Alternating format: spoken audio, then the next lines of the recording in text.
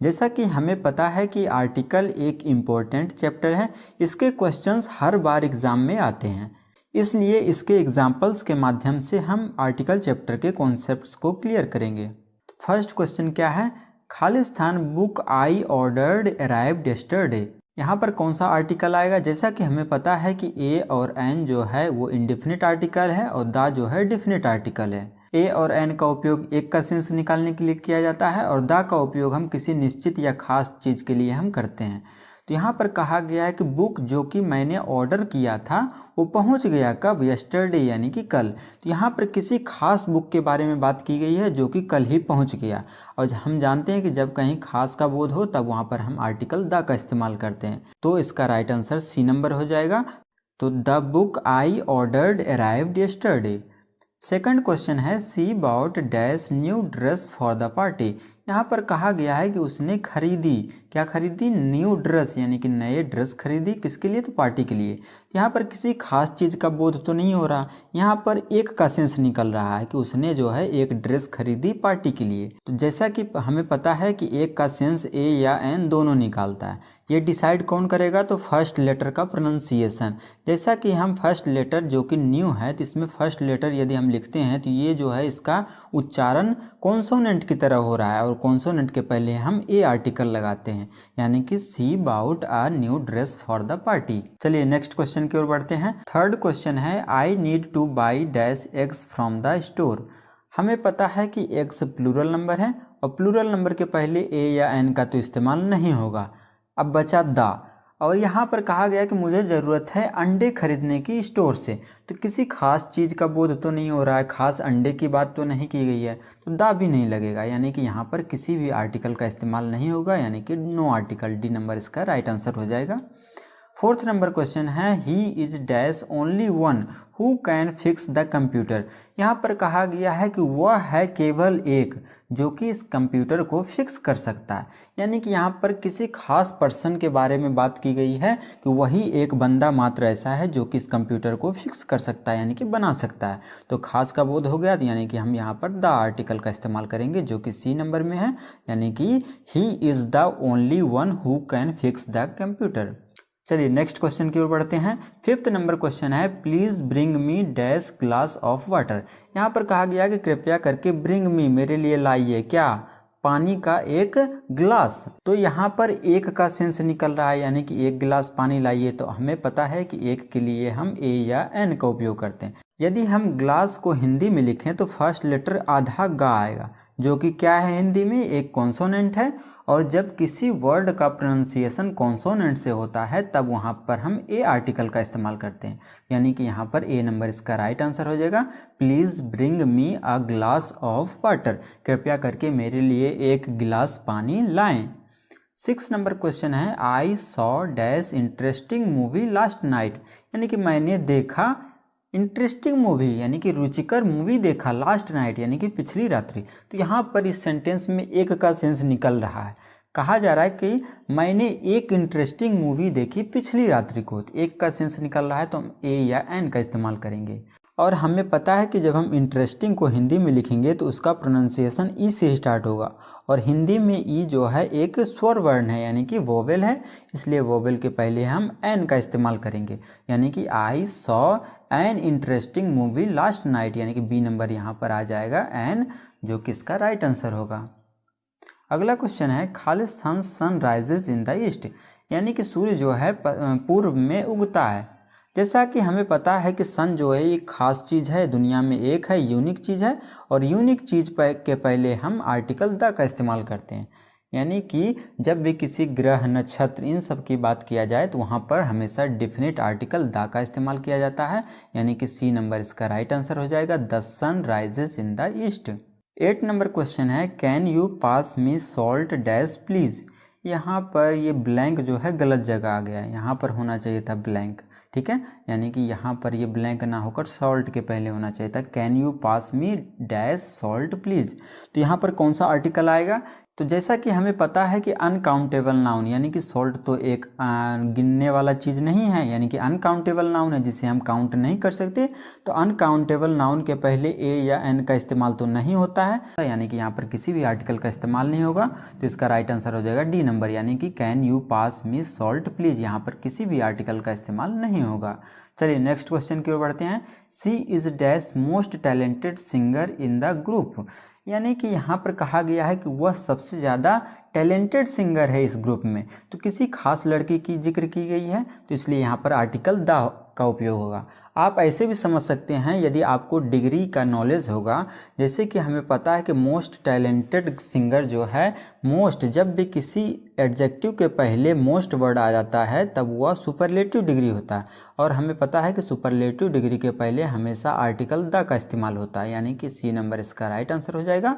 C is the most talented singer in the group.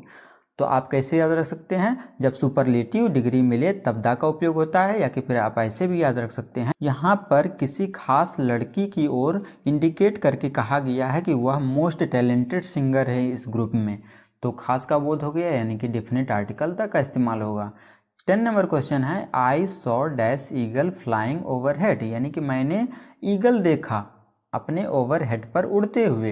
तो मैंने एक ईगल देखा, एक का सेंस निकल रहा है, यानी कि ए या एन में से कोई एक लगेगा। और हमें पता है कि जब हम ईगल को लिखेंगे हिंदी में तो ई जो है एक स्वर वर्ण है, और स्वर वर्ण के पहले हम एन का इस्तेमाल करते हैं, यानी कि I saw an eagle flying overhead, यानी कि बी नंबर इसका राइट आंसर हो जाएगा। चलिए नेक्स्ट क्वेश्चन की ओर बढ़ते हैं। He is dash only child in his family, यानी कि वह है केवल एक बच्चा उसकी फैमिली में, यानी कि किसी खास लड़के की बोध किया गया है। और खास के लिए हम कौन सा आर्टिकल लगाते हैं, यानी कि द आर्टिकल लगाते हैं, यानी कि वही एकमात्र बंदा है, वही एकमात्र बच्चा है उनकी फैमिली का। तो उसकी ओर इंडिकेशन करके किसी खास लड़के की ओर कहा गया है, तो द आर्टिकल का इस्तेमाल होगा, यानी कि सी नंबर इसका राइट आंसर हो जाएगा। 12 नंबर क्वेश्चन है moon looks beautiful tonight. Again यह एक ग्रह नक्षत्र के अंतर्गत आता है मून, और ग्रह नक्षत्रों के पहले हम डेफिनेट आर्टिकल द का इस्तेमाल करते हैं, यानी कि सी नंबर इसका राइट आंसर हो जाएगा। The moon looks beautiful tonight. अगला क्वेश्चन है would you like Khalistan cup of tea, क्या आप कप ऑफ टी यानी कि चाय का कप या एक कप चाय लेना पसंद करेंगे, यानी कि हम ऑफ़र कर रहे हैं किसी चीज़ को तो एक चीज़ ही ऑफ़र करेंगे, एक कप का चाय, एक गिलास पानी। तो यहाँ पर ए या एन का इस्तेमाल होगा। जैसा कि यदि हम कप को हिंदी में लिखें तो ऐसा लिखेंगे, हमें पता है कि का जो है एक व्यंजन वर्ण है, इसलिए इसके पहले हम ए आर्टिकल का इस्तेमाल करेंगे, यानी कि would you like a cup of tea, यानी कि ए नंबर इसका राइट आंसर हो जाएगा। 14 नंबर क्वेश्चन है she is dash most intelligent student in the class. Again most word आ गया, यानी कि यह भी सुपरलेटिव एडजेक्टिव है, और सुपरलेटिव एडजेक्टिव के पहले हमेशा द का इस्तेमाल होता है, ठीक है। यानी कि जब भी आपको मोस्ट मिले या कि फिर एडजेक्टिव के अंत में ई एस टी मिले, जैसे कि बेस्ट, बेस्ट के अंत में आपको ई एस टी मिल गया, यानी कि यह भी सुपरलेटिव डिग्री है। और मोस्ट वर्ड दिख जाए तब भी वह सुपरलेटिव एडजेक्टिव होता है, सुपरलेटिव डिग्री के अंतर्गत आता है, तो उसके पहले भी डेफिनेट आर्टिकल द का इस्तेमाल होगा। चलिए अगले क्वेश्चन की ओर बढ़ते हैं। आई need to buy dash new shoes for the party.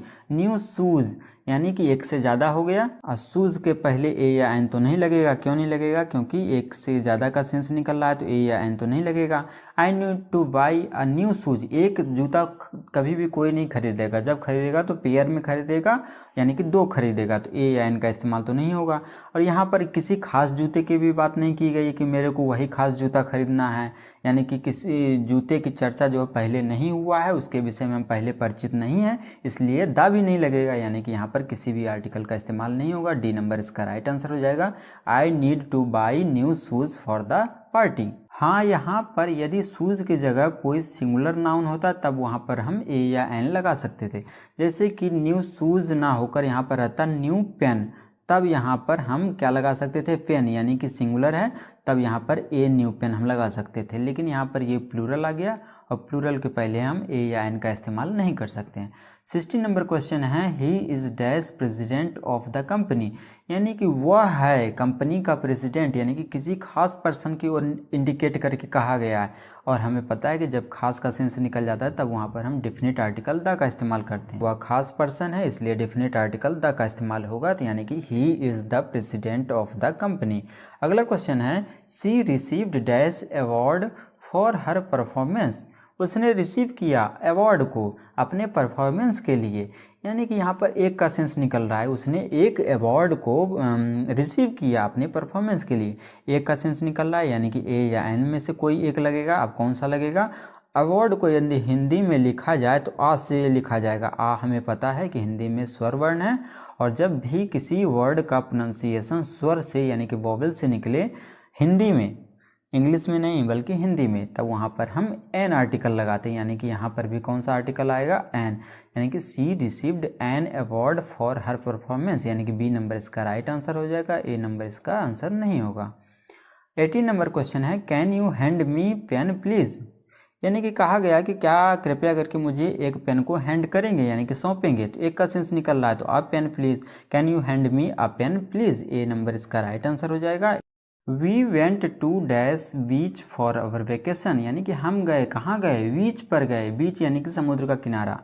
हम अपने छुट्टियों पर बीच पर गए, यानी कि यहाँ पर हम कहीं और ना जाकर कहीं खास जगह बीच पर गए, यानी किसी खास बीच पर गए, तो यहाँ पर डेफिनेट आर्टिकल द का इस्तेमाल होगा। ठीक है, we went to the beach for our vacation. 20 number question है he is dash best friend I ever had, यहाँ पर अगेन देखिए बेस्ट, हमें पता है कि बेस्ट के अंत में EST मिल गया, यानी कि यह सुपरलेटिव डिग्री है, और सुपरलेटिव डिग्री के पहले कौन सा आर्टिकल लगता है? तो द आर्टिकल लगता है, यानी कि सी नंबर इसका राइट आंसर हो जाएगा। ही is the best friend I have ever had, यानी कि मेरे पास जितने भी मित्र हैं उसमें से वह मेरा बेस्ट फ्रेंड है। इसको हम ऐसे भी समझ सकते हैं, किसी खास लड़के की ओर इंडिकेशन करके कहा गया है कि वही लड़का जो है मेरा क्या है? बेस्ट फ्रेंड है, तो वहाँ से भी हम समझ सकते हैं कि डेफिनेट आर्टिकल द लगेगा। और आप इसे ऐसे भी याद रख सकते हैं कि जब भी सुपरलेटिव डिग्री मिले तो वहाँ पर डेफिनेट आर्टिकल द का इस्तेमाल होता है। ठीक है, अगला क्वेश्चन है Khalistan university he attended is well known for its engineering programme,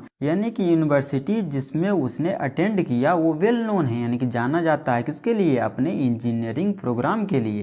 तो यहाँ पर किसी खास यूनिवर्सिटी के बारे में बात की गई है कि वही यूनिवर्सिटी जिसमें उसने प्रवेश लिया वो जाना जाता है किस लिए? तो अपने इंजीनियरिंग प्रोग्राम के लिए। तो यहाँ पर खास का सेंस निकल रहा है, और हमें पता है कि खास के सेंस के लिए हम द का इस्तेमाल करते हैं। यानी कि अगला क्वेश्चन है please hand me dash remote control, यानी कि मुझे सौंप दीजिए किसको? रिमोट कंट्रोल को।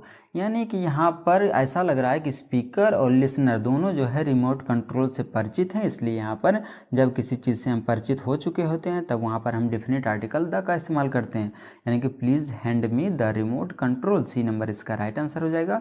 23 नंबर क्वेश्चन है she is dash expert in her field, यानी कि वह अपने फील्ड में एक एक्सपर्ट है। तो यहाँ पर एक का सेंस निकल रहा है कि यानी कि वह लड़की जो है एक एक्सपर्ट है अपने फील्ड में।